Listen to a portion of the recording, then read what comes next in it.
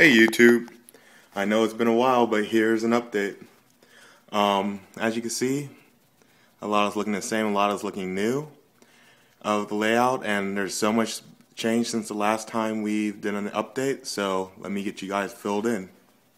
So the first thing that's new and noticeable when you first walk into the first aisle is that we have this bridge that's going across. It used to be just wood going across, and we decided to decorate it with a bridge. And hopefully maybe a little bit later we might do a little bit something more with it. But as for now, this is our little quick fix, pretty neat little bridge that one of our members halfway scratch built. The sides are from a kit, but as you can see the top, he had to custom make so because it's slanted. So pretty neat. And I painted the interior as well, so that the floor looks like it just looks like a bridge when you go across.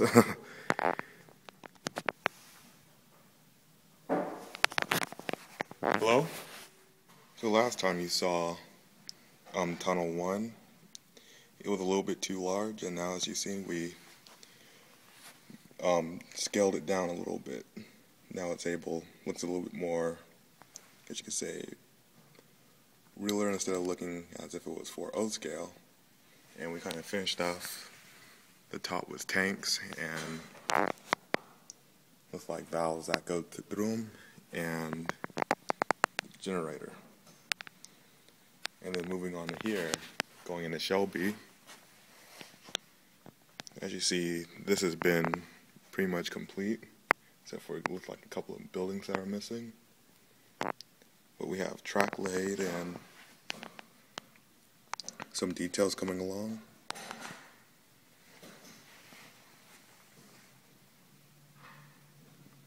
And over here looks like we got a oil filling plant, looks like. And of course the background.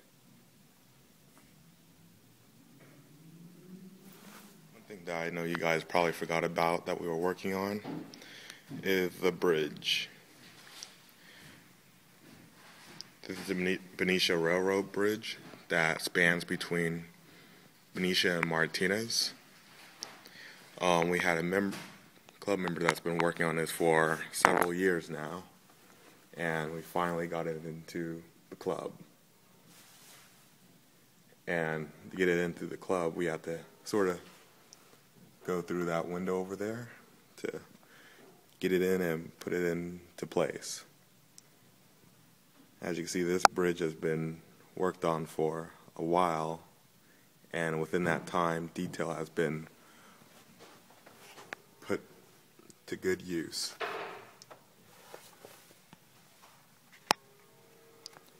Details such as lights, the bridge, and pretty much anything and everything you could think of has been noted and done.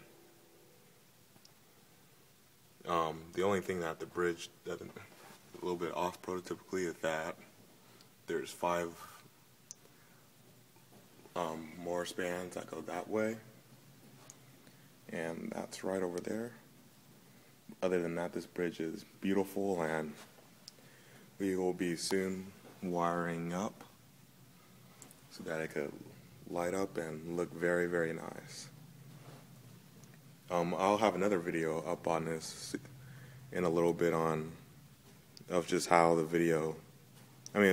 this bridge was built, the history behind it, and how we got it in here, and all that good stuff. So stay tuned for that. Coming up to the 3rd level, we have some more progress on Davis and the surrounding area. As you can see, we now have kind of a test subject of greenery that's going around our helix. Some minor details coming off the track. It looks like we're starting to get a gist of what we want here. And then coming into Davis,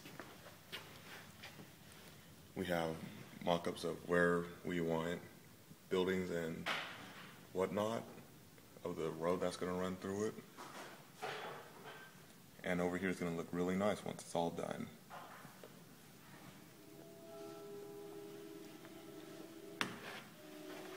So do you guys remember the last video of the paper mountains? As you see, there's still paper mountains as of now, but in certain sections we have cardboard being laid down, and the will hopefully start of laying down plaster and actually putting up the mountains will soon begin. So as you see, we have some cardboard cutouts right there of where the mountains will be.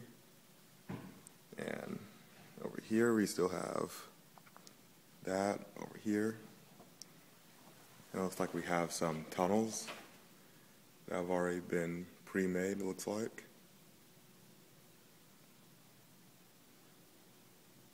And outside of it, of the cardboard, and as you see, I guess you could say that's official if it's screwed down into the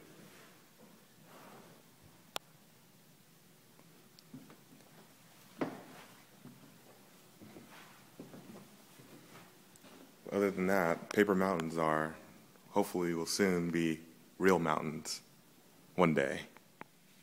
And if you guys remember, we didn't have a Sparks yard yet.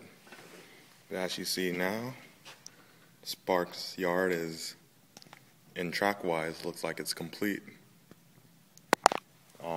I do know that some of the rails on the outside are now functionable, and we're working on wiring up the